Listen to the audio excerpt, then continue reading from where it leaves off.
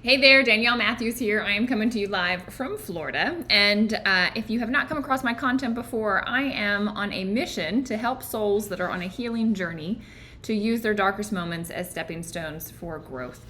Today is book club day. We have been working through Wayne Dyer's The Power of Intention.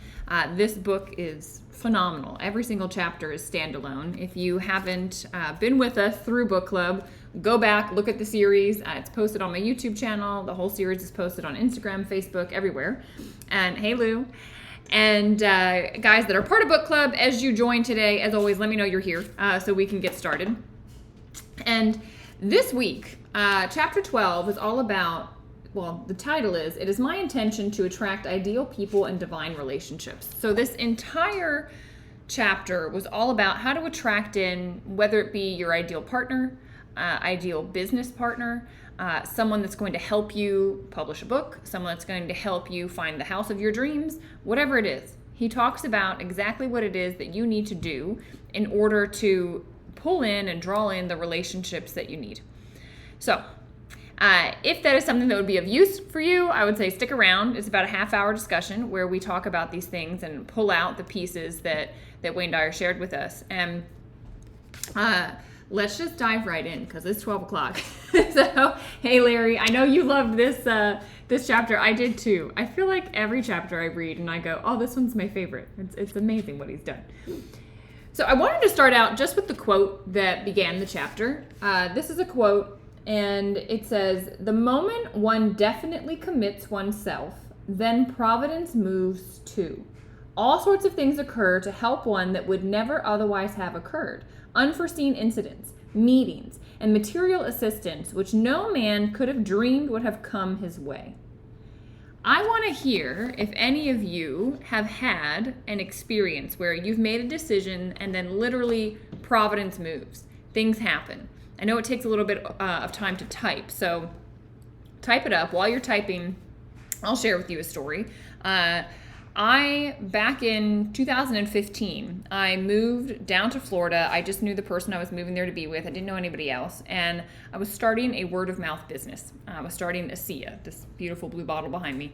I was starting that business and I didn't know a soul. So I, however, made a decision. And this is where providence moved for me because I made a decision. I said, okay, I know that I meant to share this with people. I know I want to help people with their health. I want to educate people about this. I'm going to get into motion. And I literally Googled networking, like how do I network with people?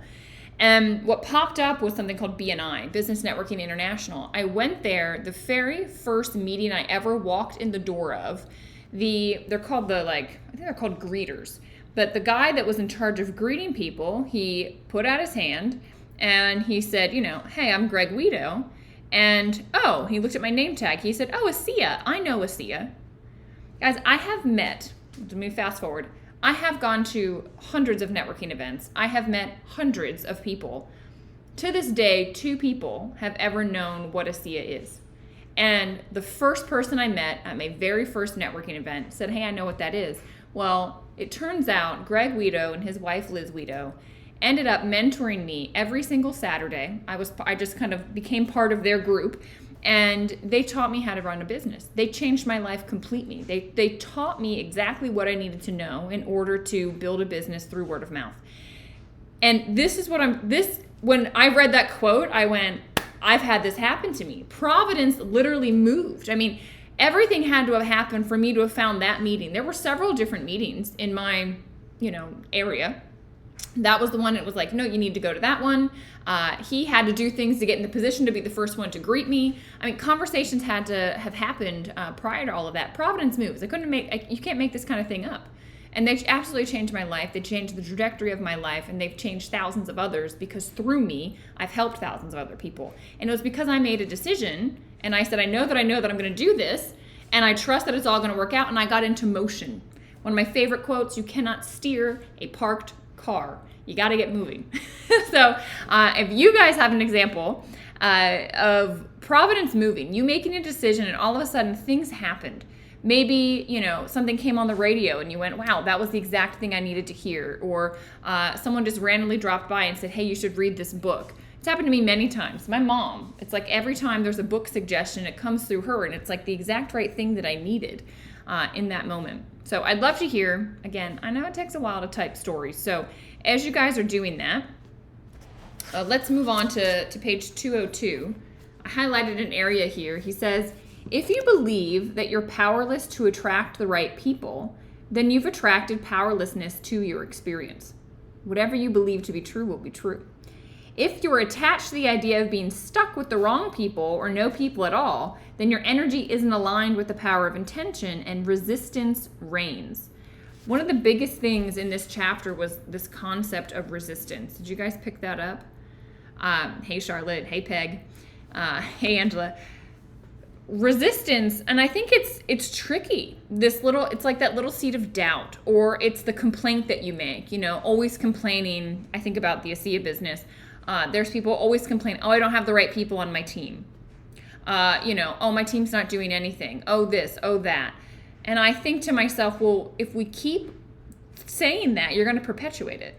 So I cut off those conversations. I'm like, you got 30 seconds to complain, and then let's be results focused. But thinking about this, it's beyond that. The reality is the resonance that you're carrying is that you're resisting any sort of people that want to come in and, do great in the business. The same thing is true with relationships.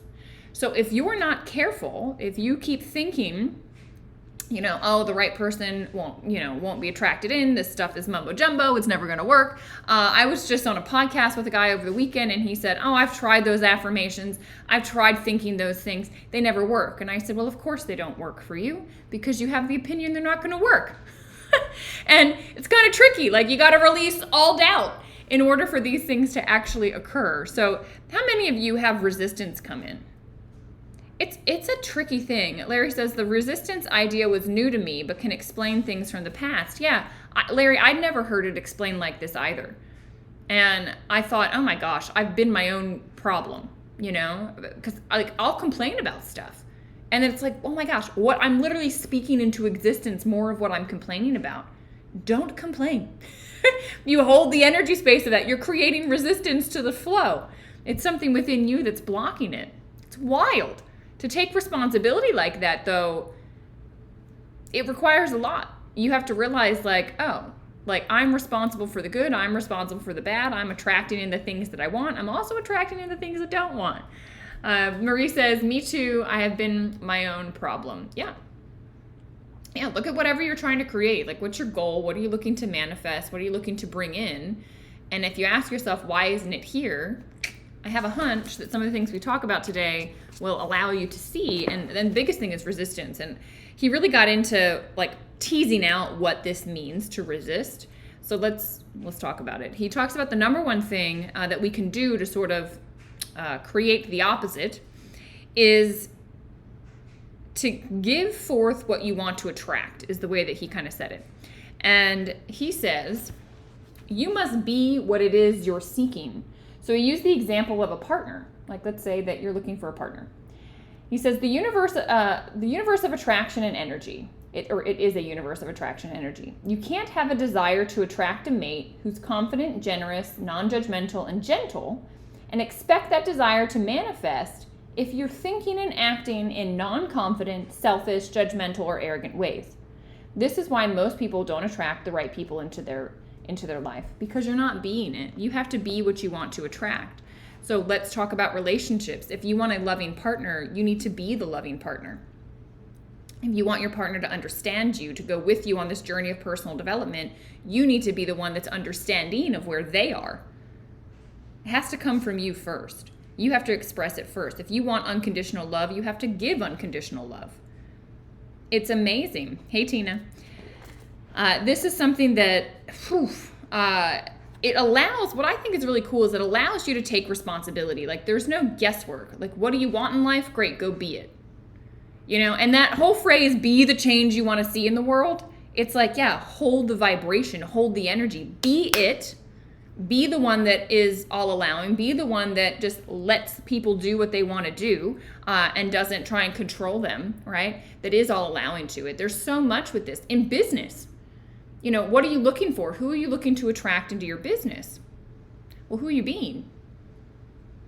it's probably who you're attracting. You know, they always say the speed of the leader is the speed of the pack in my type of business, in the network marketing space. And I always reflect and go, okay, am I doing what I want my team to do? Am I acting like the person I want to attract? If not, well, you're not going to attract them in. All right? It's like so simple when you think about it, but for some reason complex for us to apply. All right. He says the other thing, this again, giving what it is that you want. He says, you know, I'm on page 205. We must always remember that nothing is disallowed by the universal mind. Whatever is not allowing us to be happy is being disallowed by us. That, like, I read that multiple times, because what he's saying is that, remember, the universal mind is creative. It's all allowing. It's constantly producing. It is abundant. It is love. It is beauty. It is all of these things, the 7 faces of intention that he's talked about through the whole book. And he says, whatever is not in your life, whatever is disallowing you to be happy, whatever is disallowing you to have the relationship you're wanting, it's actually something within us that's disallowing it. Wild, isn't it? And I think exciting, because that means, well, then I can take responsibility to change it. Because if it were up to something else, or something else was occurring that was outside of my locus of control, then I'm never going to be able to get that. But what he's saying is, no, this is squarely on your shoulders. This is something within you, and it might be subconscious. So that's when you have to kind of reflect and do some inner work. But he's saying you have the power to change it, which is just beautiful. All right. There's so much in this. I feel like I could just read this chapter to you all, and it's like, soak in it, bathe in it. It's so good. This phrasing I thought was helpful. You know how, like, words are everything, and he's taught us this in other chapters, but I thought this was a powerful phrase. He said, rather than saying, I wish this person would show up because I need to get out of this rut. So maybe this is in your business. Hey, John. Maybe this is in your business. Maybe this is in... well, John's a singer, right? Maybe this is in attracting the right show, the right person that he wants to go be around. Maybe this is a relationship that you're looking to attract. He says, rather than having this attitude of, oh, I wish they would show up because I need to get out of this, instead, activate a thought that reflects your connection. Meaning, I know the right person will arrive in divine order at precisely the perfect time. So you just relax. And you go, well, I know I'm connected to this person. I've pinged out to the universe that I need it, so now I'm just going to wait. Like, it's going to show up. And he says, this is what he means by thinking from the end, right? Beginning with the end in mind, thinking from the end, you are anticipating the arrival. Rather than stressing about why isn't it here and, like, being in a very low energy, you're anticipating the arrival. Do you guys feel that nuance? It's a totally different space to live in. And when you're anticipating the arrival, all of a sudden this makes you more alert. You also start to get more from your intuition. Things start to ping in a little bit more. It's as if you have this, like, deeper sense of knowing where you start to co-create. It's like you know who to call, you know where to look, you know where to trust, you know that, oh, that was not a mistake that I just heard that commercial or overheard that person at the restaurant, right? It's all unfolding in the exact right way. And this is how you have to learn to co-create with the universe. Powerful. John says, yep. John is very good at this. This is something that we all, you know, can practice, and he's giving you the guidebook on how to practice it. It's amazing. And he also says it's all unfolding in divine order. This, for me, is something I always have to come and trust. All right, so he says, I suggest that you do a quick review and note all of the people who have shown up as characters in this play called your life. Did any of you do this?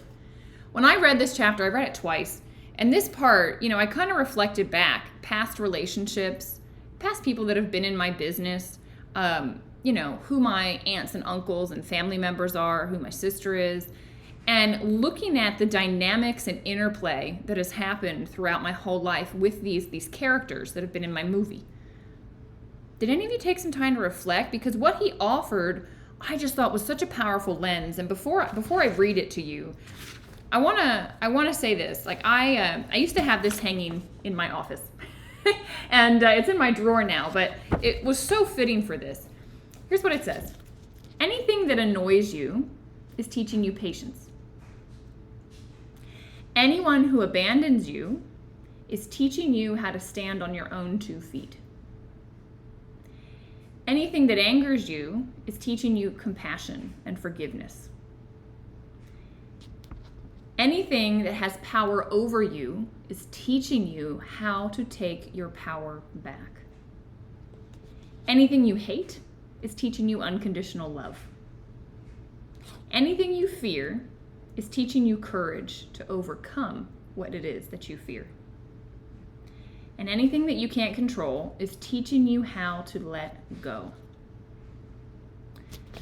This, to me, is everything. And it's exactly what he's talking about here. Look, all these people, all these relationships, all these dynamics, everything that has come through your life, they did for a reason. All of those people that you're blaming for the pain that you're feeling were actually trying to teach you a lesson. And I wish that we could teach children this from a young age. And I believe we need to start doing this and to teach us at whatever age we are to realize, look, life is always unfolding for our benefit. Everything that occurs is for a reason, and it's teaching us something.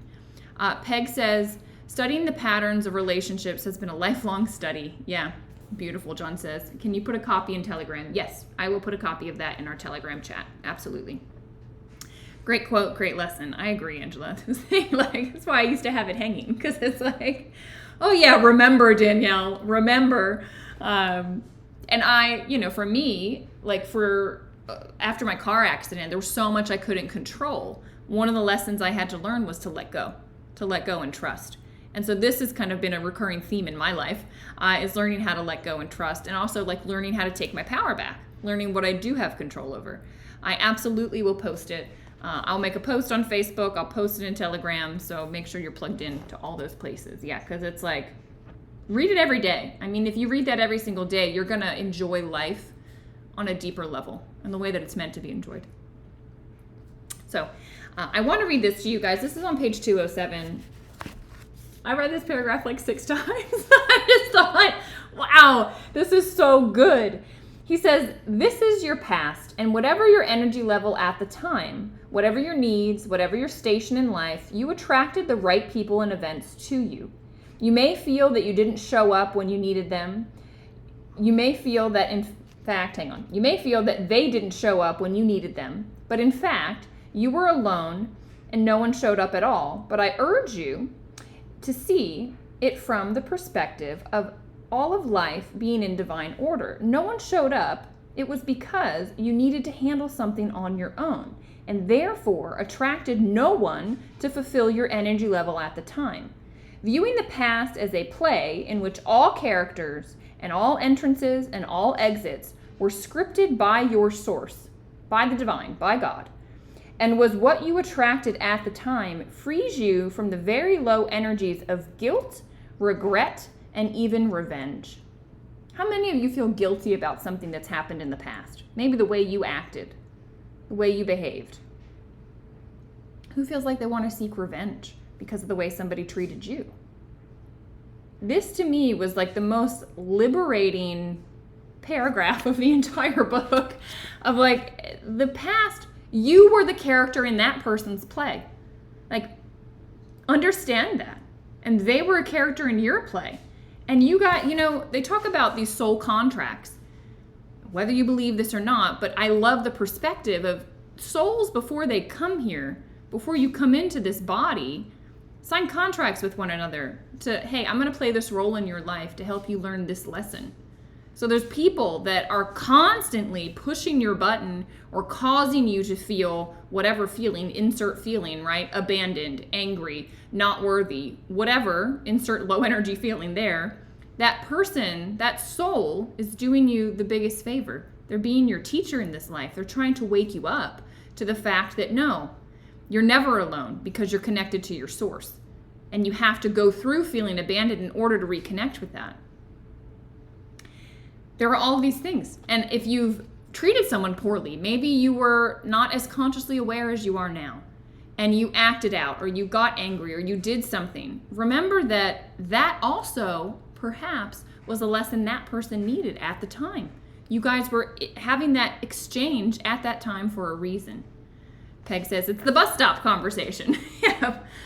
Lou says, yes, we choose our family way back then and before. Yeah. Super empowering. I'm just super empowering. And then he has a few words about patience. So again, all of this is how we get rid of the resistance that we have in life. So this again, just being honest with, my flow of life. Before I get into this, John says, no coincidence that this matched my meditation less than an hour ago. Releasing guilt around those I treated poorly. There you go, John. I'm glad you showed up randomly on Facebook today to find it. Well done. It's no mistake at all. These are the things, right? John's in the flow right now. These are the things, and this is just another affirmation for John of, let it go.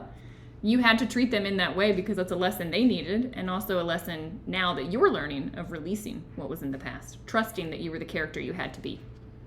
Sometimes some souls have to play harsh roles because the lessons are meant to be learned. You just never know. You never know.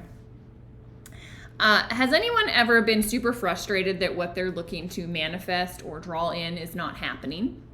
Put a 1 in the chat if that has happened to you. Where you're like, you know what? I'm waiting for the beautiful business to come. I'm waiting for the partner. I'm waiting for, the money. I'm waiting for this, and it's not here yet. Is anyone else, or is it just me? Anyone else? Okay, there you all are. I'm like, really? It's just me that gets impatient? Peg says the bus stop occurs before we land in our bodies. Hang on. I can't scroll back. Lots of 1s happening. Just one of the spiritual beliefs that are out there. Yeah. Okay, so everybody. All right. Thank you for the wink, John, so I'm not alone. Okay. I will never get this out of my head. He says, being impatient, not trusting the divine order, is like attempting to rush the schedule based on your own timetable, akin to getting down on your knees and tugging at an emerging tulip shoot, insisting that you need the flower right now. Creation reveals its secret in time. It reveals its secrets in time, not according to your agenda, not when your ego mind wants it. Like, how ridiculous is that notion? To get on the ground and be like, okay, tulip, chop, chop, like I need the flower, pronto, now, let's go. There's a divine flow. There's a divine order. Things have to grow in a certain way for that tulip to develop and be in the beauty that it is. You can't rush that. And it's so good. I think about in life because I'm like, why isn't it here yet? Like, why isn't it here? Why? I'm still waiting, And then, of course, now I'm in a low energy. I've probably lost my connection to it. But think about that. It is ridiculous to think that you could rush, a tulip shoot into being a flower. So you cannot rush the manifestation process and how long it's going to take for you to bring in whatever it is you're looking to bring in. The divine has the timetable, and you've got to trust it. I loved that so much. I think I laughed out loud. I was like, that is ridiculous, Danielle, what you've been doing. I also liked how he ended out, this part of the book. He said, the immediate result of infinite patience. Okay, so he's talking about you need to be infinitely patient, right? Patient as the flower, comes into creation. But he says, the immediate result of infinite patience is the inner peace that comes from knowing that I have a senior partner who will either send me someone or leave me alone to work it out myself. This is called practical faith, and I urge you to trust in it. Be infinitely patient with it, and have an attitude of radical appreciation and awe each time the right person mysteriously appears in your immediate life space. Practical faith. Yeah, hey David. Practical faith. It's huge. This senior partner, knowing that you have a connection, knowing that there is something higher than you that is working and it's your co-conspirator. Exactly the reminder you needed to hear. John, you were just in the right place this morning. Well done. This is huge. This is absolutely huge. So, as always, he ends every chapter in a beautiful way where he gives you 10 steps. 10 steps that you can follow, that you need, in order to apply what it is that he shared. So we have a little bit of time today. We'll kind of whiz through them. And I want you, by the end of this, to tell me which step it is that you're going to apply this week. Because it's great to learn all of this, but, I don't want it to be shelf help. I don't want this to just go and sit and be whatever. Like, you need to pick one thing that you're going to apply, one takeaway from the chapter. So after I go through these 10 steps, let me know the one that it's going to be for you. Peg says, I love the senior partner.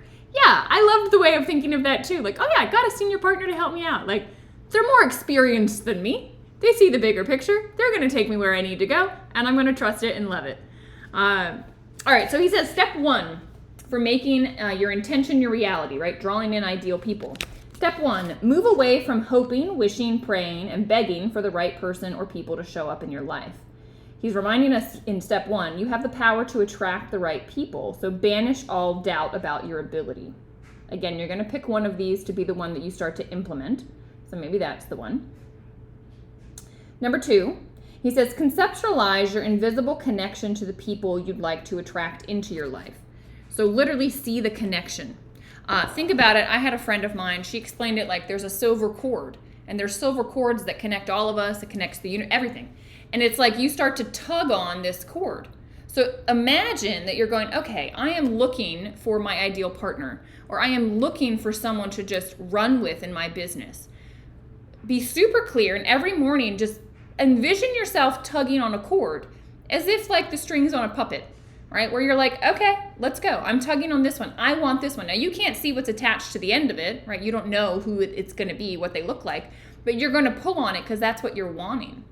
I mean, this is such an easy thing to visualize and do. Maybe this is the one that you want to implement. Juliet says, like my guides, my senior partner has an arm around me always. Yes, exactly. Charlotte says, detach from the outcome. Yes. All right, number 3. Form a picture in your mind of meeting the person or persons you'd like to have assist you or be in partnership with you. And I thought this was really interesting. A couple of things I want to say about this, forming the picture. He kind of warns here. He says, look, don't share this visualization technique that you're doing with anyone. Because when you have to explain yourself, then you have to defend yourself. You have to like get into the energy space of a lower energy where someone is doubting you, and making you defend that what you're doing isn't ridiculous. He says this is a private exercise between you and God. And I'll just, if you want to percolate on this, that this is going to be the one you want to apply. I remember a friend I met, an entrepreneur. He had, I forget what type of business it was, something like landscaping or windows, something like that. And he wanted to expand, and he said, I need, the right partner to bring in to be able to expand the company, and I got to trust somebody to manage it the way I manage it. And so what he started to do was every morning he would visualize his business meeting that he was having with this new partner. He said, Danielle, I sat down and I went through, all right, today I'm going to these jobs, you're going to these jobs. Okay, we need to have this in mind. Hey, this is the issue we're having with this employee. Hey, this is what's going on with taxes, blah, blah, blah, blah. He literally had the conversation with the business partner before the business partner even existed.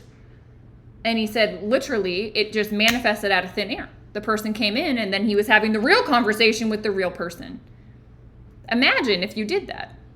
Again, whether it's the relationship partner, whether it's the business partner, whatever it is you're looking to create in your life. Charlotte says, sharing deflates you. Yeah, because other people don't get it. They don't get it.